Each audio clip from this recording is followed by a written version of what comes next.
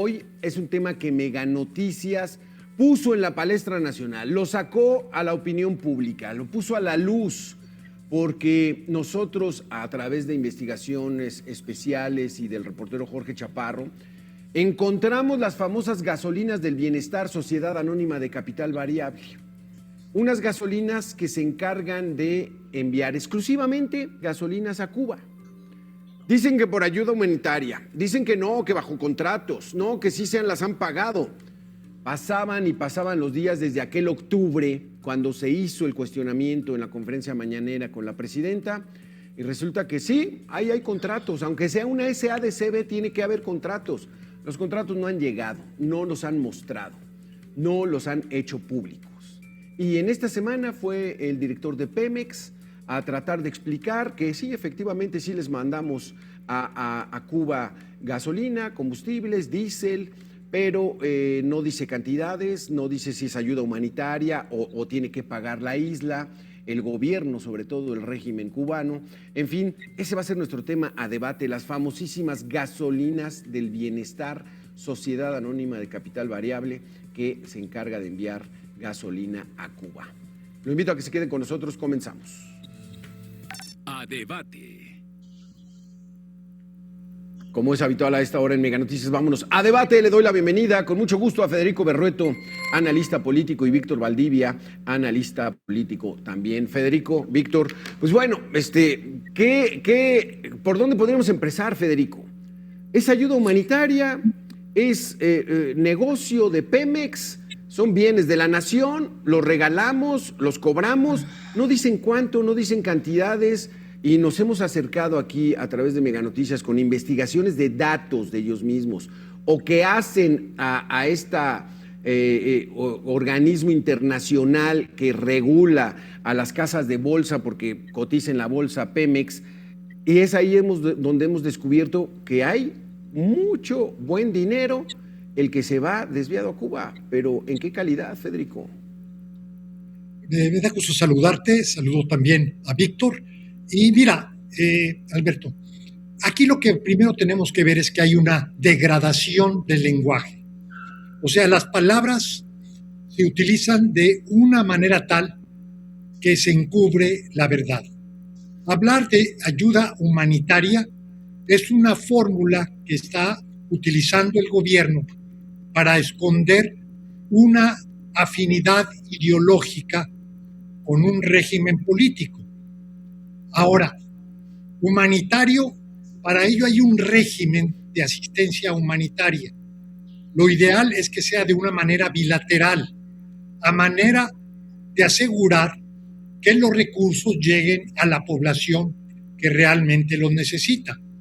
Ahora, si para salvar cara el gobierno está diciendo, como lo dijo recientemente el director de Pemex, que es negocio y que la gasolina se vende, bueno, entonces que saquen del lenguaje lo humanitario y en todo caso que sean precisos e informen sobre las operaciones y sobre todo los pagos, porque el director de Pemex dijo que todo, absolutamente todo, ha sido pagado. Bueno, quiero decir lo siguiente, que la empresa que se crea para estos efectos es precisamente Pemex Bienestar, es para eludir el informar a lo que es la Casa de Valores de Nueva York, porque al suscribir deuda en esa entidad tienes obligación de informar sobre tus ingresos, egresos, sobre tus operaciones. Y si tú creas una entidad independiente, esa entidad no tiene el mismo compromiso. Al menos eso es lo que pretendió el gobierno de López Obrador. Pero el hecho es que tienes tú una empresa que solamente tiene un cliente y que ese cliente es Cuba y que son operaciones aparentemente de negocio. Creo que una vez más el gobierno de Trump deja al gobierno de México con los dedos en la puerta.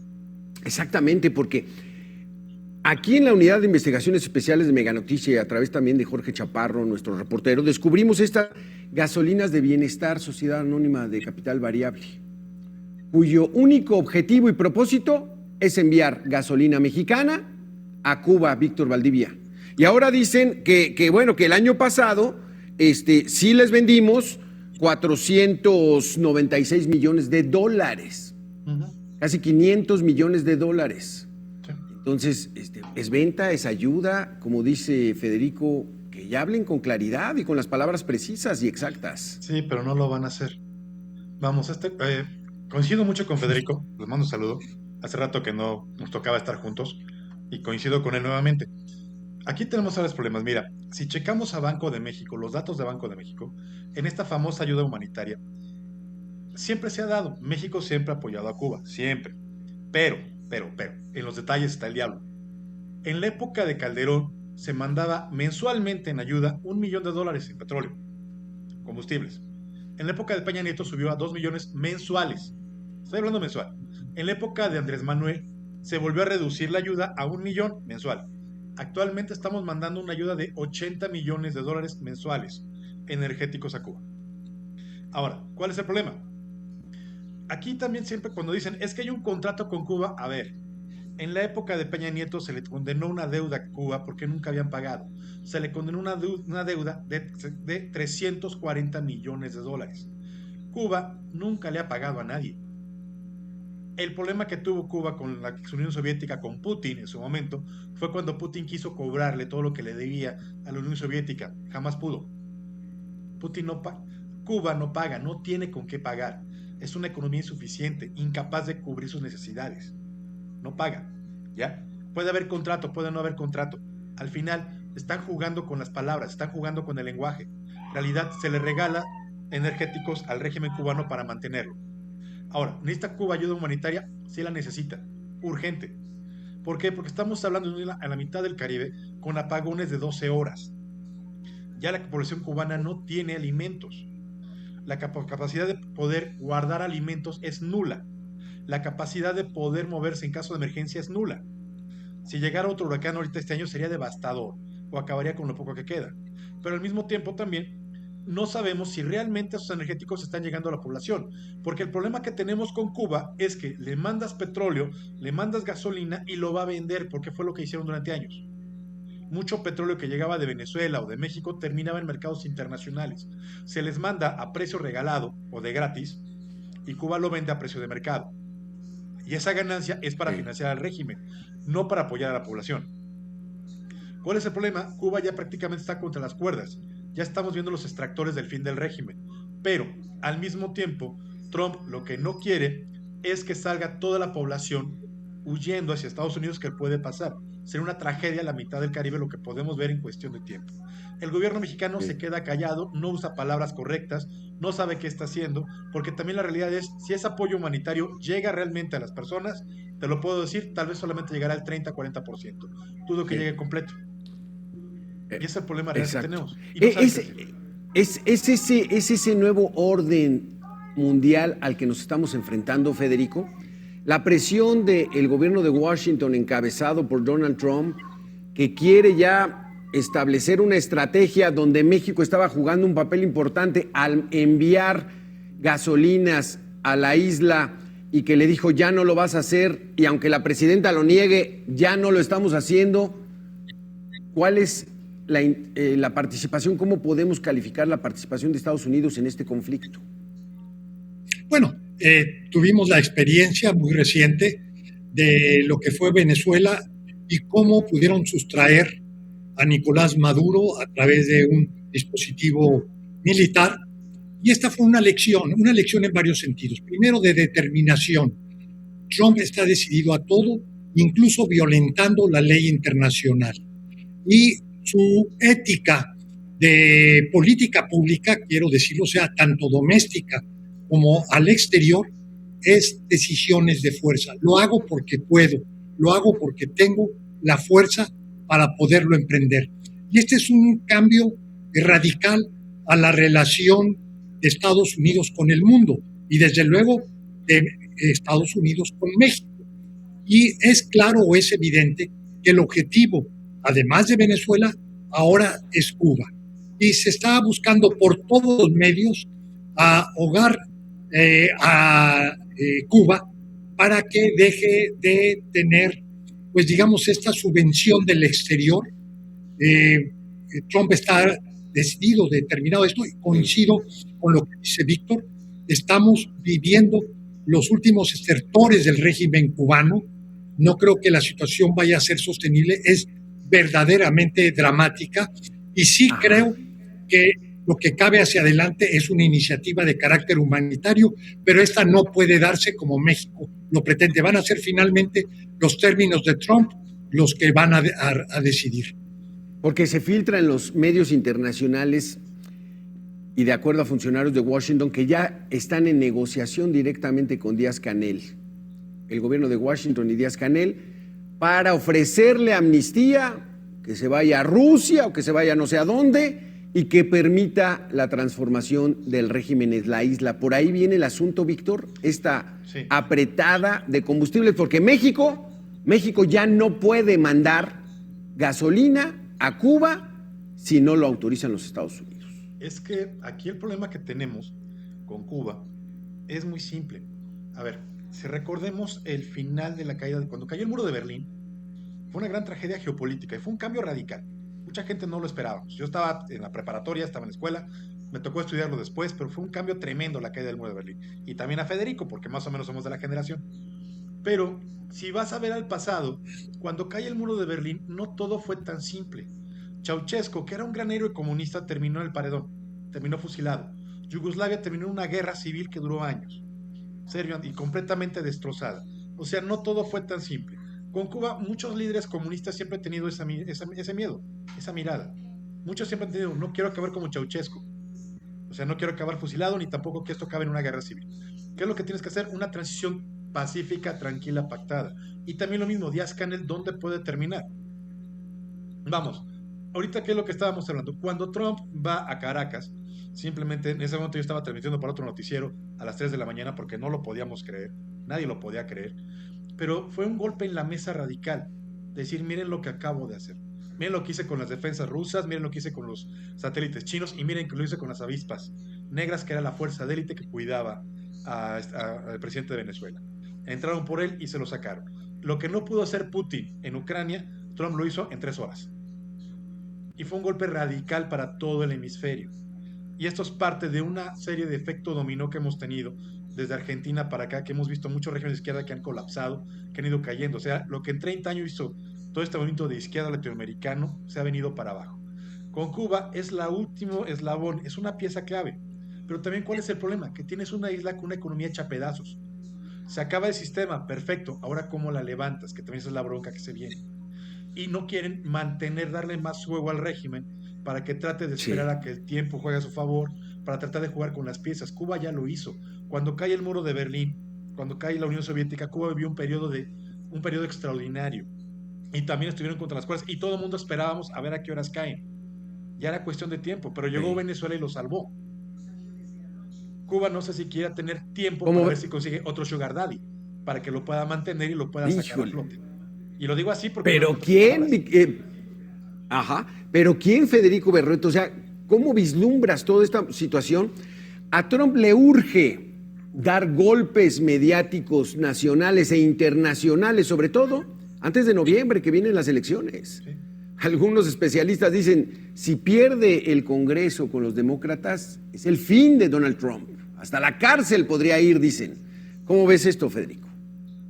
Bueno, en primer término sí hay una presión, creo que es irreversible porque no tiene que ver con temas internacionales, tiene que ver fundamentalmente con la economía y difícilmente va a haber un cambio, al contrario, está creciendo el deterioro económico en Estados Unidos y por lo mismo las intenciones de voto, bien sea al Partido Republicano o bien la opinión sobre el presidente es crecientemente adversa. Pero bueno, dejando en paréntesis eso, lo que diría, yo retomaría esta expresión de José María Sanguinetti, que ya tiene ahora 90 años, el expresidente uruguayo, que decía que una exitosa transición tiene que lidiar con administrar o gestionar el miedo de los que se van y la impaciencia de los que llegan. Y creo que ese es el tema ahora tanto en Venezuela como en Cuba. ¿Cómo hacerle? Y además, Estados Unidos tiene muy presente el desastre de la ocupación en Irak, la presencia en Afganistán, donde una vez que te metes es sumamente difícil salir. De manera tal que creo que con este aprendizaje lo que ellos han entendido es que se tiene que construir al interior la solución. Y por eso, bueno, se dejó al chavismo a que desmonte el chavismo. Sé que esto parece absurdo, pero justamente es lo que está ocurriendo. Y ahora para Cuba también tienen que hacer, y coincido plenamente con Víctor, que ellos tienen que ser muy cuidadosos a que no venga una debacle, porque, bueno, está a unas cuantas millas la isla.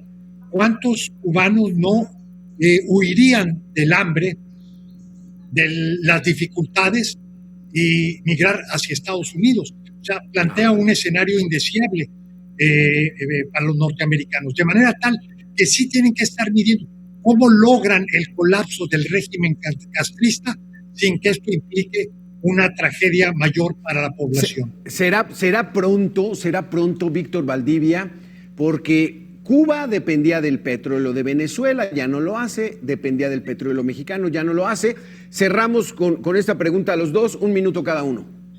Yo creo que sí vamos a ver muy pronto, tal vez en este año, si no es que antes, pero no creo que pase más de 2 años el fin del régimen cubano. Con Trump o sin Trump, esto ya se acabó. Ya no tienen para dónde y no veo, salvo que surja un tercero que los salve, otra vez, no veo quién. Mientras no lo tengan, se acabó el régimen y se fue. Pero va a ser una transición lenta, tal vez muy parecida a la transición de España cuando muere Franco. Se acaba Franco, pero el franquismo se fue disolviendo poco a poco para evitar golpes de Estado, revoluciones y conflictos, que es lo que no quiere nadie, tanto en Cuba como en Venezuela como en el resto de América Latina. Yo creo que es lo que vamos a ver. Inclusive los Estados Unidos han puesto como ejemplo la transición española, y eso es la parte. Una transición lenta. En España fueron 2 años. Vamos a ver en Cuba y en Venezuela esa transición cuánto tiempo toma. Así yo lo veo. ¿Cómo lo ves, Federico Berrueto?